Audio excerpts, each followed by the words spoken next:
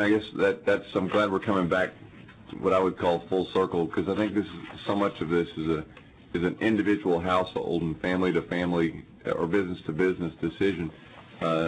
And so bring it down from 30,000 feet down to 300 feet.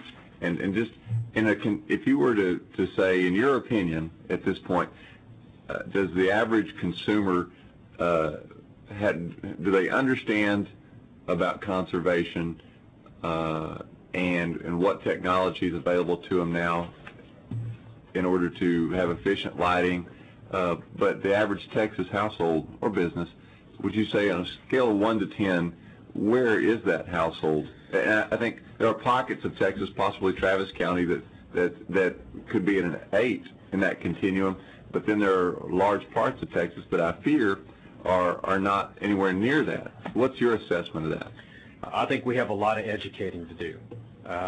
We have sold electricity the same way for so long that people are used to purchasing it regardless of the time of day, because it's priced at the same number whether it's scarce in the middle of the afternoon or not. And so what we need to do is hopefully the Commission has requested additional educational dollars in our appropriation request. By a factor of what? Well, we've received $750,000 each year, so $1.5 million for a biennium, and we're requesting $10 million. When the market began, when deregulation began, that's about how much money we had, actually a little more than that, for customer education. And you rolled that out as Power to Choose? Principally, it's maintaining our Power to Choose website presently and some of our other outreach efforts.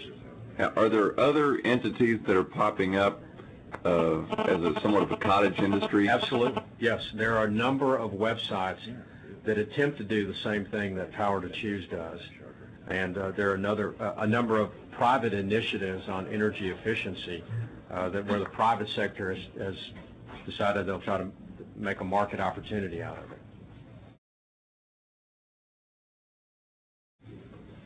And so, again, let's go back to I'm interested in your opinion on where Texas is as a whole. If one were totally oblivious to what they're using and that their habits had a cost to the environment as a whole, they just want it to turn on when they flip the switch. And they don't really care what it costs until they get the bill at the end of the month. The other extreme being they're constantly thinking about, is that the most efficient thing to do about,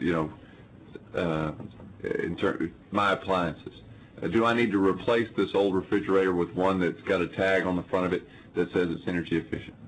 And I'll save, I'll forfeit the money in the capital expenditure, but my electricity bill will be far less on a month-to-month basis. So after 8 months, I'll be way ahead. That being 10 on the continuum, where do you think Texas is? Well, I'm having a hard time putting one number on it, because I think there are a lot of different factors at work. And I wouldn't want to say, we're doing a horrible job. Was one worse or better? One's the worst. 10's the best. And I wouldn't want to say that Texans are a 1, because I don't want to read in the paper that basically characterized our citizens as uninformed. But we haven't given our citizens the tool to become informed. They don't have the ability today to make the buying decision about electricity like they make every other buying decision, right?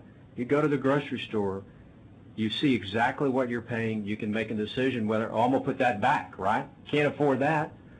Or when you buy buy gasoline, you know exactly what you're paying for. When you go to a restaurant, you order based upon how much you've budgeted for that meal.